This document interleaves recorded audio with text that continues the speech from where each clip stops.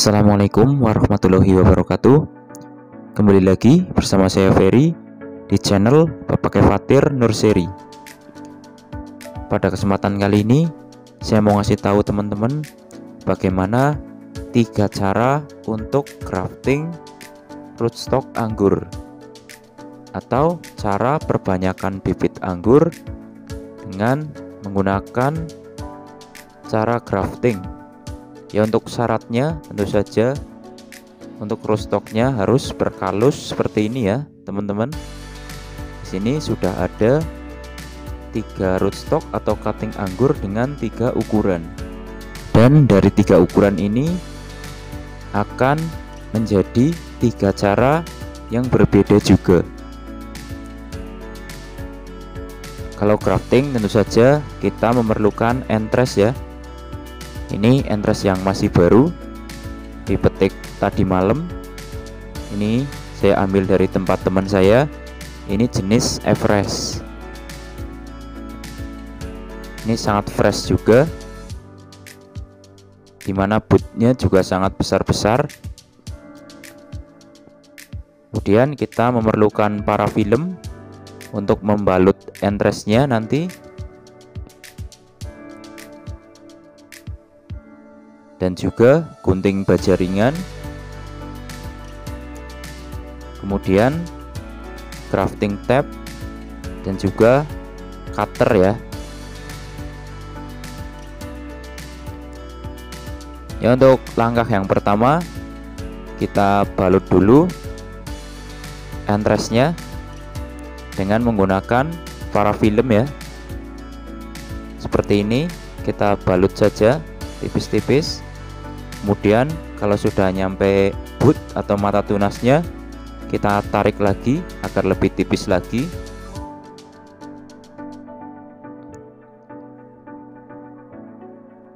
Kalau menggunakan parafilm ini sangat mudah sekali untuk sprut atau pecah tunas. Ya, setelah entresnya kita balut, kemudian ini yang pertama adalah rootstock dengan ukuran kecil. Jadi kalau teman-teman ada rootstock atau cutting anggur dengan ukuran sekecil ini, minimal 1 sedotan atau 1 pensil, ini cara graftingnya adalah dengan cara belah tengah. Jadi kita belah saja rootstocknya seperti ini di tengah-tengah, karena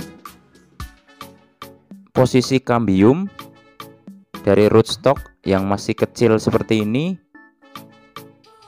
itu paling banyak memang ada di tengah. Jadi kalau rootstocknya sekecil ini, memang untuk kambiumnya masih ada di tengah, jadi bukan di kulitnya. Kemudian kita sayat entresnya membentuk huruf V seperti ini. Kalau sudah rapi, tinggal kita masukkan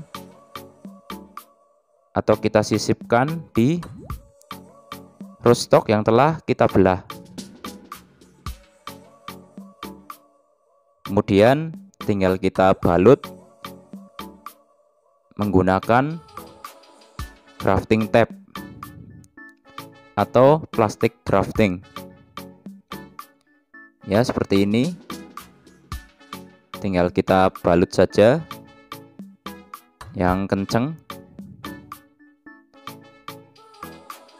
Nggak perlu kenceng-kenceng banget. Yang penting bisa menyatu, karena tujuan daripada grafting adalah menyatukan kambium dari rootstock dan juga kambium dari entres. Ya, kalau untuk mata tunasnya bebas mau ngadap kanan kiri boleh, karena ini belah tengah. Kemudian ini adalah cara grafting yang kedua, Ini kalau ukuran daripada rootstocknya ini ukurannya medium, atau bisa dikatakan di tengah-tengah. Jadi nggak kecil banget dan juga nggak besar banget. Ya, kita rapikan dulu atasnya, jangan lupa. Bisa dilihat di sini, saya zoom. Nah, kalau rootstock dengan ukuran medium seperti ini kalau kita kupas kulitnya juga, ini tidak terlalu tebal. Jadi untuk memperoleh kambium yang lebih bagus, kita bisa melakukannya dengan cara membelah atau menyayatnya di bagian pinggir seperti ini, tapi dengan mengenai kayunya. Jadi bukan cuma kulitnya saja, tapi kita kenakan kayunya walaupun sedikit. Karena kalau kita cuma buka kulitnya saja, ini akan kurang bagus. Karena biasanya untuk rootstock berukuran medium seperti ini, biasanya kalau kita paksa untuk hanya dibuka kulitnya, ini hasilnya kurang maksimal. Kemudian tinggal kita sayat entresnya membentuk huruf V seperti ini. Kalau untuk sayatan mau berapa kali boleh, yang penting tujuannya rata seperti ini. Kalau sudah rata membentuk huruf V, tinggal kita tancapkan ke rootstocknya seperti ini.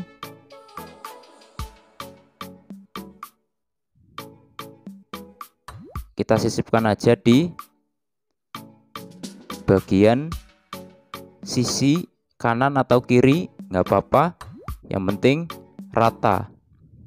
Jadi kita ratakan dengan salah satu sisi daripada rootstock yang telah kita belah tadi.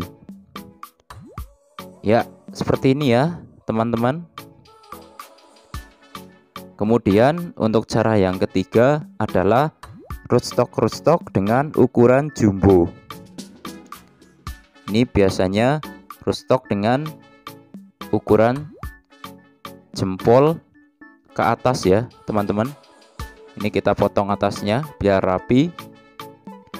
Ya begini ya teman-teman. Kalau rootstocknya segede ini bisa kita cuma buka kulitnya saja.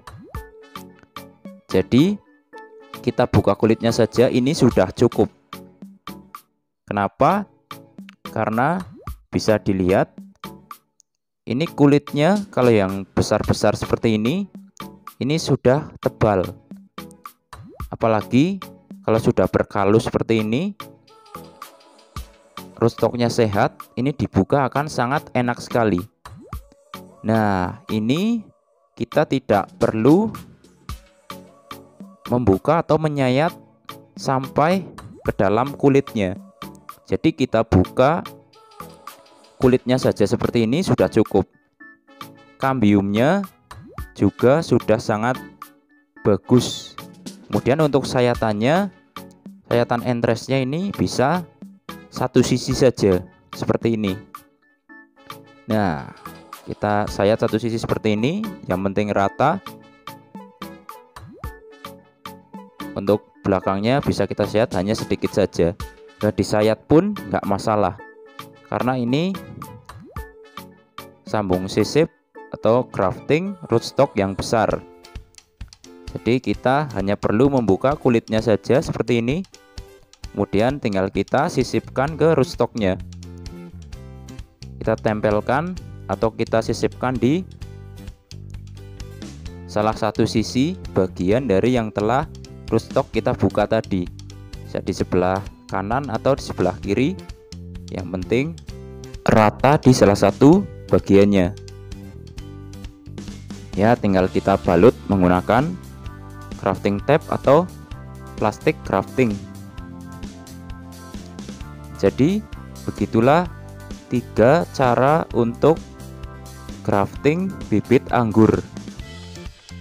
Jadi ada cara untuk grafting rootstock yang berukuran kecil. Jadi kecil itu ukuran minimal 1 sedotan atau 1 pensil. Ini sudah bisa di grafting. Kalau memang tua, ini bisa menggunakan metode belah tengah. Kemudian yang kedua adalah rootstock dengan ukuran medium. Ini bisa kita belah di bagian pinggirnya, kena dengan kayunya. Kemudian yang ketiga adalah ukuran jumbo. Ini bisa kita buka hanya kulitnya saja. Kemudian tinggal kita tancapkan di media semai, kemudian kita siram, kemudian kita taruh di tempat yang teduh. Biasanya 1 minggu sampai 2 minggu udah banyak yang sprout atau pecah tunas.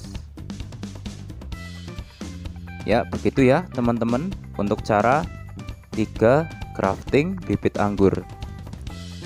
Ini di akhir video ada jenis Gosvi yang sedang berbuah di dalam pot.